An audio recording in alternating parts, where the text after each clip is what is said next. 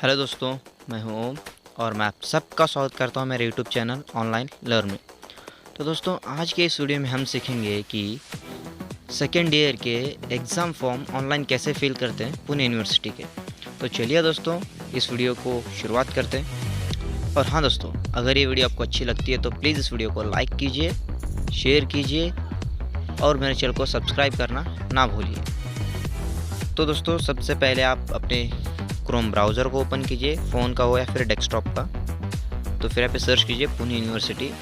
मैंने यहाँ पे ऑलरेडी एक दो बार सर्च किया था, तो यहाँ पे सबसे ऊपर मुझे हिस्ट्री में वही शो कर रहा है, सावित्रीबाई फुले पुणे यूनिवर्सिटी। तो मैं इसके सहारे ही आगे चलूँगा। तो जैसे ही हमें एक पेज मिलता है, इसे नीचे थोड़ा सा स्क्रॉल करेंगे इसके रिज़ल्ट्स आने के बाद, मतलब सर्च रिज़ल्ट। तो यहाँ पे देखिए, हमें यहाँ पे एक वेबसाइट शो हो रही है जो कि ऑफिशियल वेबसाइट है पुणे यूनिवर्सिटी की, जो कि है www.unipune.ac.in। और उसी वेबसाइट का, उसी डिस्क्रिप्शन के बाद में यहाँ पे नीचे एक बटन है, वो है एग्ज़ाम फॉर्म ऑनलाइन का। तो जैसे हम इसे प्रेस करेंगे और ये पेज ओपन होगा यहाँ पे। और देखिए, एक नया पेज ओपन हो गया है और इस पेज को हम थोड़ा सा नीचे स्क्रॉल करेंगे। जैसे ही नीचे स्क्रॉल करेंगे, यहाँ पे हमें 8 लिंक दिखेंगे। ये 8 लिंक हमें इसलिए मिले हैं, फिर यूनिवर्सिटी हमें इसलिए प्रोवाइड किया है ताकि हम, अगर एक लिंक पे हमें लोड मिले या फिर एक लिंक वर्क नहीं कर रही है, तो हम दूसरे लिंक पे जाएं और वहाँ पे जाके अपना एग्ज़ाम फॉर्म फिल करें। यानी कि हमारे लिए ज़्यादा रुकावट ना हो, और ये हमारे फ़ायदे के लिए अच्छा है। तो मैं लिंक 2 के साथ जाऊँगा। ठीक है, जैसे मैं यहाँ पे जाऊँगा वैसे मैं यहाँ पे इंपॉर्टेंट डेट्स दिखेंगे। इंपॉर्टेंट डेट्स यानी कि वो होते हैं जो कि हमारे जो पुणे यूनिवर्सिटी के अंडर आने वाले कोर्सेज हैं, तो उनके लिए पुणे यूनिवर्सिटी एग्ज़ाम फॉर्म का पोर्टल ओपन करती है। जैसे भी हमारे लिए, हमारे कोर्स के लिए एग्ज़ाम फॉर्म का पोर्टल ओपन किया है यूनिवर्सिटी ने, बिल्कुल उसी तरह से। तो यहाँ पे आपको अगर चेक करना है कि आपके लिए आप, मतलब आपका जो कोर्स है उसका एग्ज़ाम फॉर्म का पोर्टल ओपन हुआ है नहीं, तो आप यहाँ पे चेक कर सकते हो पूरी तरह से। जैसे मैं आपको एक एग्जांपल के लिए बता दूं, तो हमारा पोर्टल 8 तारीख को ओपन हुआ है।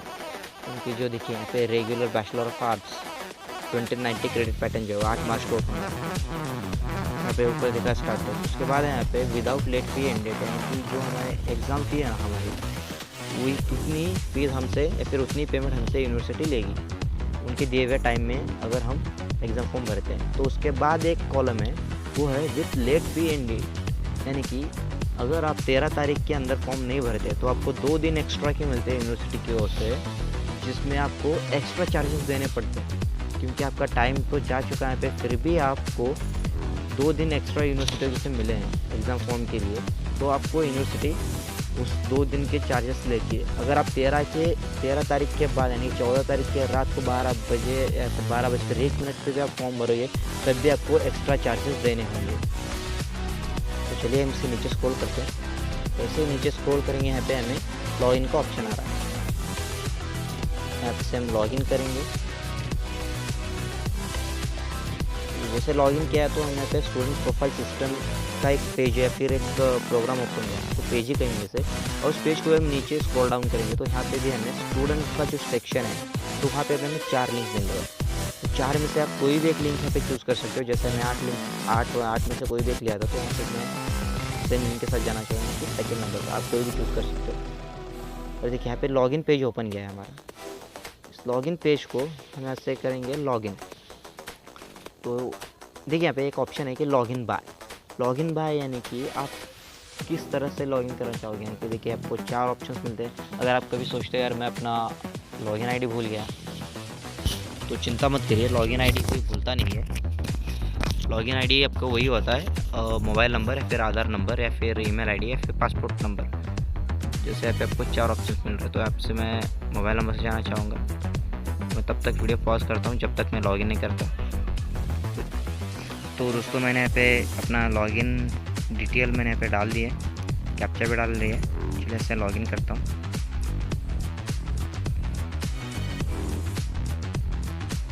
तो चलिए दोस्तों, जैसे हमने यहाँ पे लॉगिन किया, तो यहाँ पे हमारा पूरा जो अकाउंट है वहाँ पे अकाउंट शो कर रहा है।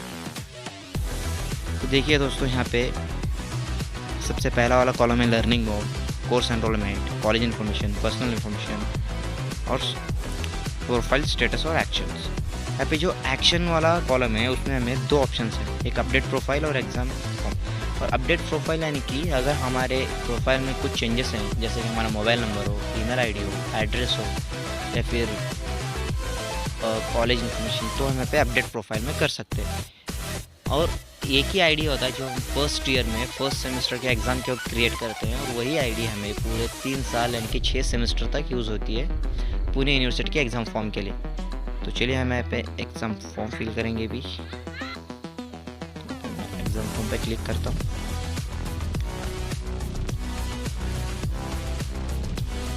जैसे हम यहाँ पे नीचे आएंगे, नीचे स्क्रॉल डाउन करेंगे तो यहाँ पे भी सेम ऑप्शन है, इम्पोर्टेंट डेट्स।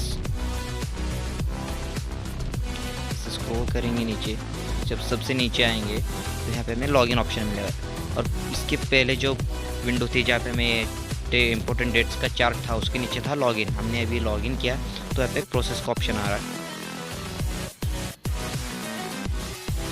जैसे हमने यहाँ पे प्रोसेस किया तो एक विंडो ओपन हुई जहाँ पे हमें पूछ रहा है, दो ऑप्शन है हमारे सामने, पूछ नहीं रहा है, दो ऑप्शन है। वो एक ये first year in bracket art science commerce and law graduation students only, please select this option. यानी कि जो फर्स्ट ईयर के स्टूडेंट्स हैं, सिर्फ फर्स्ट ईयर के, सेकेंड ईयर के नहीं, फर्स्ट ईयर के स्टूडेंट के लिए पहला वाला ऑप्शन है। और जो दूसरा ऑप्शन है वो है other than first year non engineering and all engineering student please select this option. यानी कि जो सेकेंड ईयर और थर्ड ईयर के स्टूडेंट हैं वो वाला ऑप्शन चूज़ कर सकते हैं। और हाँ, जिनका फर्स्ट ईयर में कुछ बैकलॉग हो, कोई सब्जेक्ट बैकलॉग में हो, तो आप पहला वाला ऑप्शन चूज़ कर सकते हो। पर मेरा कोई बैकलॉग नहीं है तो मैं यहाँ पे सेकंड ऑप्शन चूज़ करूँगा और क्रिएट न्यू एप्लीकेशन करूँगा।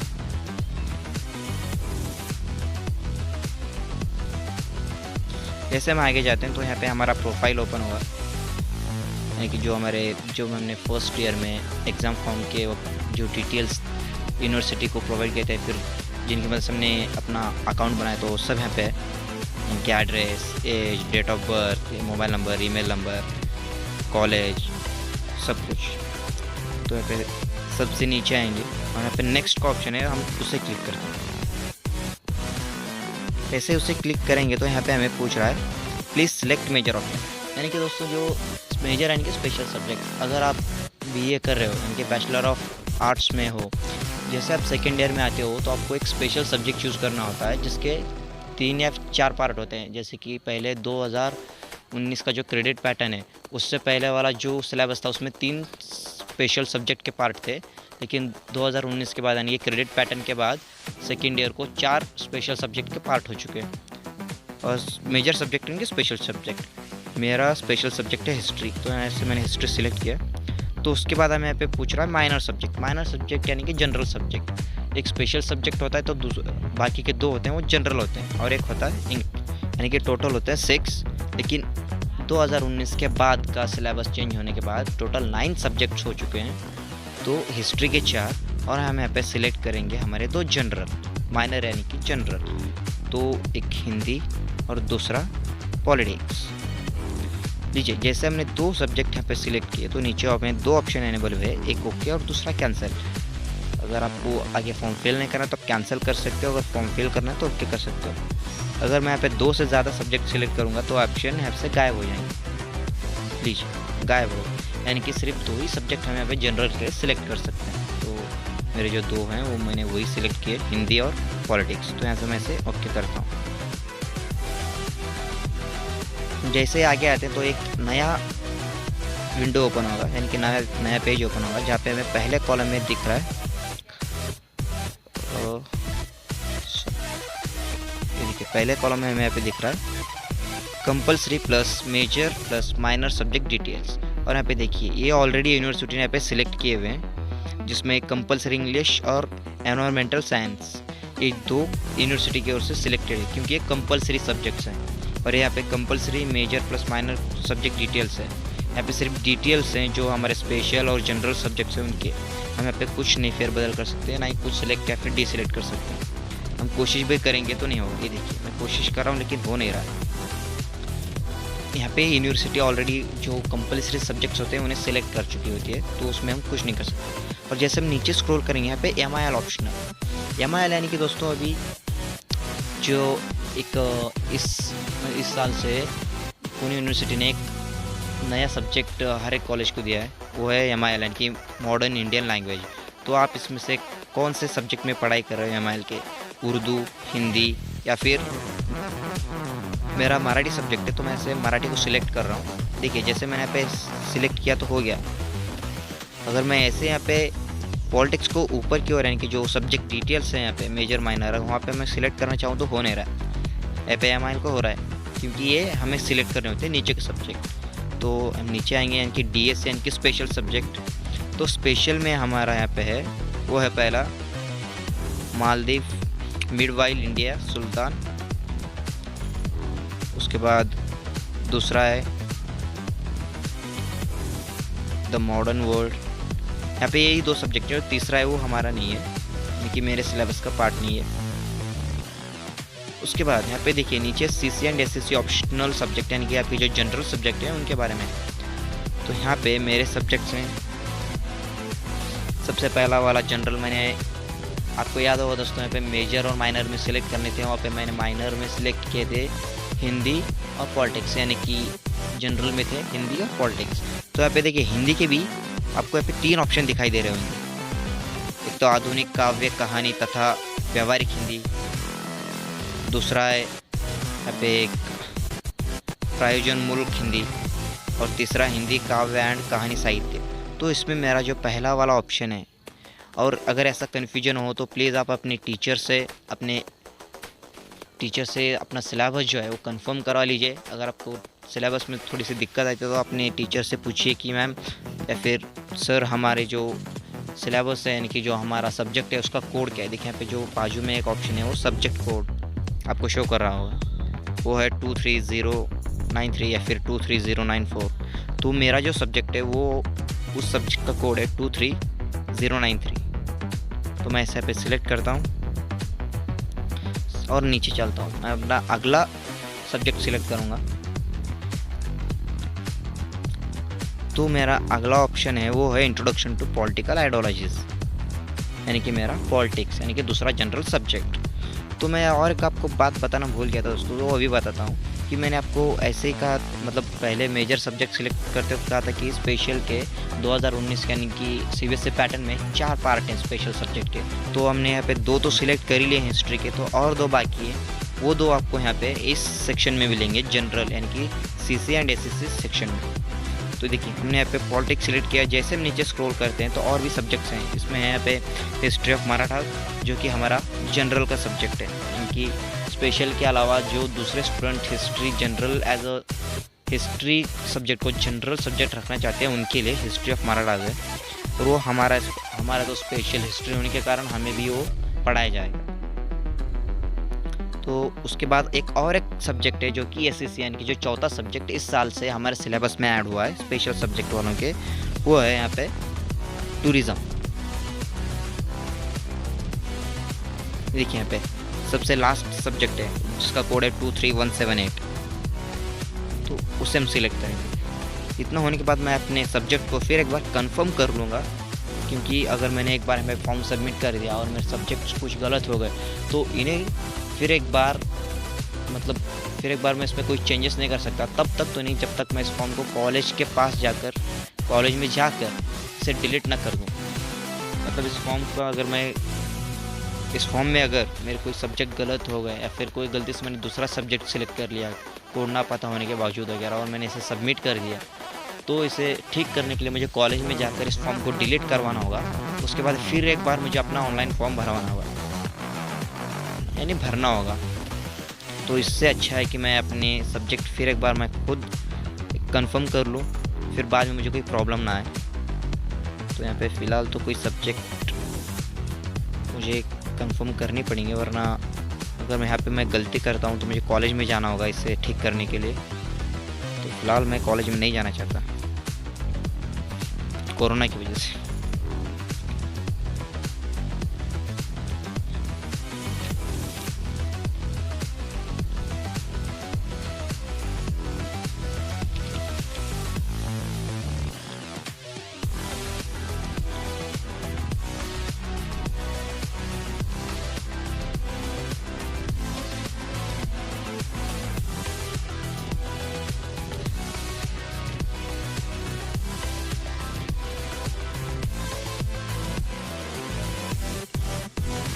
चलिए दोस्तों, मैंने यहाँ पे अपने सब्जेक्ट कंफर्म कर लिया। यहाँ पे मैं सेव एंड नेक्स्ट करता हूँ। जैसे मैं यहाँ पे सेव एंड नेक्स्ट करता हूँ तो मुझे यहाँ पे मेरे फ़ी डिटेल्स की एक रिसिप्ट दिखाई देगी। देखिए आप यहाँ पे देख सकते हो कि फ़ी डिटेल्स है, उसके नीचे यहाँ पे फ़ी टाइप और फ़ी अमाउंट लिखी है कि फॉर्म फ़ी मेरी कितनी है, एग्ज़ाम फ़ी कितनी है, क्या फ़ी कितनी है, सॉरी, और स्टेटमेंट ऑफ मार्क फ़ी कितनी है वगैरह वगैरह।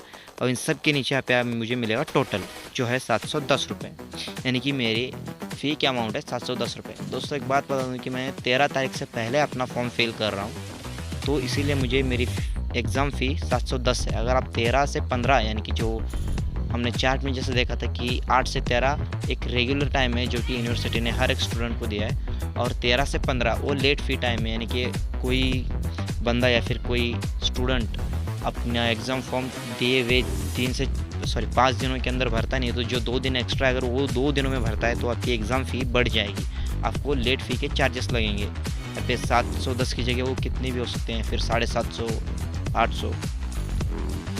तो चलिए अब मेरे यहाँ पे तो सब क्लियर है, तो वैसे मैं सेव एंड नेक्स्ट करता हूँ, यानी कि कन्फर्म मैं प्रिंट करता हूँ।